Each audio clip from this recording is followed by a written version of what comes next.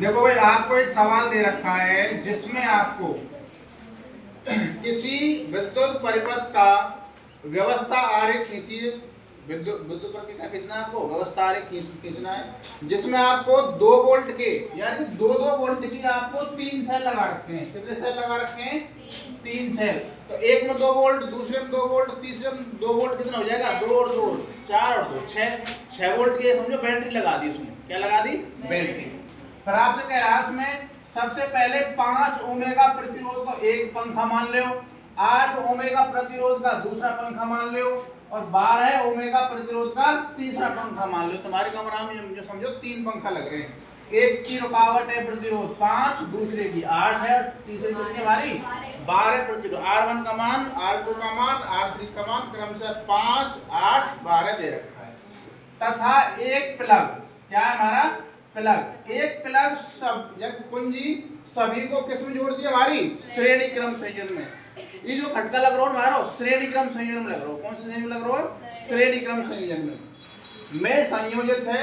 साथ ही कुल प्रतिरोध पहला निकालना है, कुल प्रतिरोध R का मान। दूसरा निकालना है परिपथ में प्रवाहित धारा I का मान। तीसरा निकालना आपको प्रत्येक प्रतिरोध के सिरों के बीच विभवांतर। प्रत्येक प्रतिरोध के सिरों के बीच विभवांतर यानी कि V1 का और V2 का मान निकालना है। ध्यान से देखो, पीछे बात नहीं ना। तो मैं सबसे पहले कह रहा हूं आपसे, वो दिया है, आपको दिया है। दिया क्या भाई? आपको सबसे पहले उसने आपको दिया है R1 का मान कितना दिया है आपको? 5 ओमेगा। R2 का मान कितना दिया है उसने आपको? 8 ओमेगा।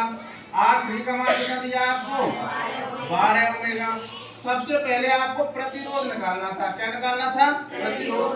तो मैं कह रहा हूं कुल प्रतिरोध बराबर क्या होता है भाई? श्रेणी क्रम संयोजन के हिसाब से R1 बराबर या R इक्वल्स बराबर क्या होता है तुम्हारा? R1 plus R2 plus R3। आपको REQ बराबर R1 का मान कितना दे रखा है आपको? 5। R2 का मान कितना दे रखा है? 8। R3 का मान कितना दे रखा है? 12। 8 और 5 कितने होते हैं? 13। और 12 कितने होते हैं बताओ? 12 दूनी 24 और 1 25। ओमेगा इसमें लास्ट में तुम्हारा मात्रक होता है, ओमेगा लिख दो। तो REQ बराबर कितना आ गया हमारा? 25 ओमेगा आ गया। कितना आ गया? 25। तो सबसे पहले आपका प्रतिरोध आ गया, कुल प्रतिरोध। दूसरा निकालेंगे हम परिपथ में प्रवाहित विद्युत धारा। क्या निकालेंगे? परिपथ में प्रवाहित विद्युत धारा। उससे पहले चाहो तो आप यहाँ पर कच्चा चित्र बना सकते हो। देखो ऐसे 1, 2 और 3 प्रतिरोध है हमारे। यहाँ पे एक कुंजी लगा दो, भी लगा दी। यहाँ पे बैटरी लगा दो। यहाँ पे माइनस होता है, यहाँ पे प्लस होता है। धारा इस तरीके से बहती है आपकी I। ये हमारा R1 है जिसका मान कितना दे रखा था आपको भाई? 5 ओमेगा। R2 का मान कितना दे रखा था आपको? 8 ओमेगा। और R3 का मान कितना दे रखा था आपको? 12 ओमेगा।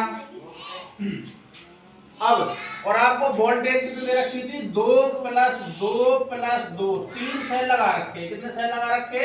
3। तो कुल कितनी हो गई तुम्हारी? 6 वोल्ट हो गई। कितनी हो गई? 6 वोल्ट हो गई। अब आपको सबसे पहले क्या निकालना था? कुल प्रतिरोध हमने निकाल दिया, ठीक है ना। दूसरे को हम क्या निकालेंगे भाई? वो आपसे पूछ रहा है विद्युत धारा। आपको पता है V बराबर क्या होता है तुम्हारा? IR। क्या होता है? IR। तो I बराबर कितना हो जाएगा बताओ? V बटे R। कितना हो जाएगा? V बटे R।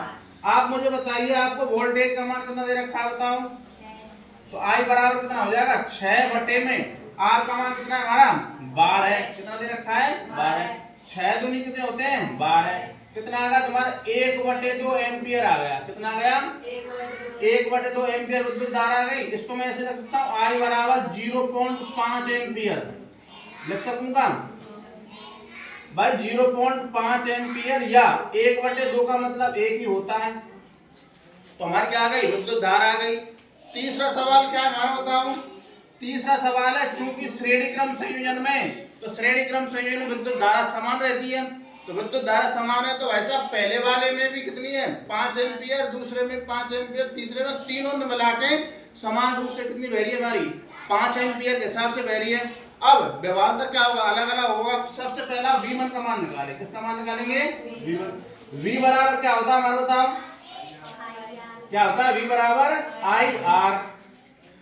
V1 की बात कर रहे हैं तो यहाँ पे V1 और यहाँ पे V1। आपको पता है V1 बराबर I का मान कितना है हमारा 0.5 लिख लो, चाहे 1/2 लिख लो, कोई फर्क नहीं पड़ता। R1 का मान कितना दे रखा है आपको भाई 5। कितना दे रखा है 5, तो कितना हो जाएगा बताओ 5/2। कितना हो जाएगा 5/2 वोल्ट। इसको मैं क्या लिख सकता हूँ 2.5 वोल्ट लिख लो, चाहे 5/2 वोल्ट लिख लो, एक ही बात है। हाँ भाई, वोल्टेज आपको यानी कि अगर आप कोई भी सवाल करें ना, अगर आप घन में लिखो तो भी कोई बात नहीं है, पॉइंट में लिखो तो भी कोई बात नहीं, लेकिन मेन आपकी जो कैलकुलेशन है ना वो आपकी बिल्कुल सटीक आनी चाहिए ना। समझ बात है, आपका जो मेन आंसर होता है तुम्हारा कैलकुलेशन के हिसाब से सामान को रखना या मान को रखना होता है, जिसको अगर आप सही रख देते हो बिल्कुल आंसर सही आता है। अच्छा भाई, V2 का मान कितना हो जाएगा बताओ 1/2 गुणा कितना है हमारा 8। कितना है 8। कितनी बार कटेगा 4 बार। कितना हो जाएगा 4 वोल्ट। अच्छा भाई, V3 का मान कितना हो जाएगा हमारा 1/2 गुणा बताओ कितना हो जाएगा हमारा 12। और 12 में कितनी बार भाग जाता है हमारे 2 का 6 बार, तो कितना आ गया हमारा 6 वोल्ट। कितना आ गया 6 वोल्ट। ये फाइनल आंसर है आपका। बताओ कोई दिक्कत?